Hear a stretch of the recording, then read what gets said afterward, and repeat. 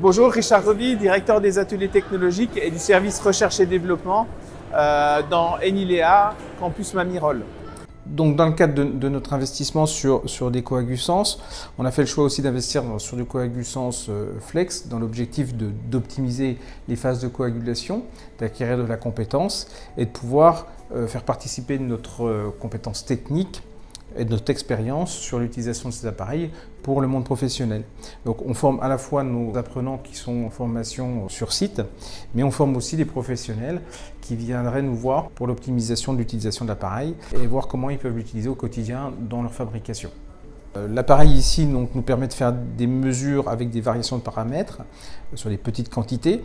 Donc c'est adaptable soit sur des gros ateliers, soit sur des plus petits.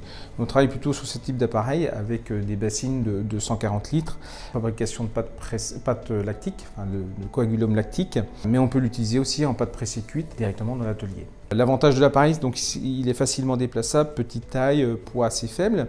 Puis on a une interface assez intéressante, on n'est pas obligé de rester sur l'appareil pour suivre l'évolution de la courbe de coagulation.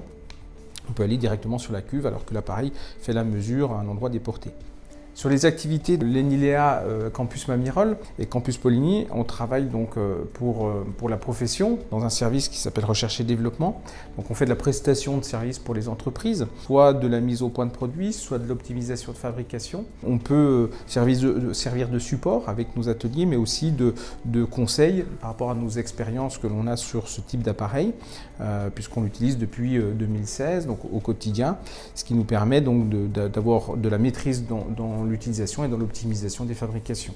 Donc on l'a vu nous sur les fabrications que l'on fait tous les jours, on a une régularité de fabrication et puis aussi on a travaillé sur l'optimisation des paramètres, donc en stockage de lait, en préparation donc des laits pour ajuster le taux protéique ou le taux de présure de coagulant par rapport au taux protéique. Et puis après aussi en cours de fabrication, vitesse des lames de tranchage du gel, vitesse de brassage, etc., etc. Donc voilà, on a acquis un certain nombre de compétences dans l'optimisation des fabrications grâce à l'appareil de coagulation.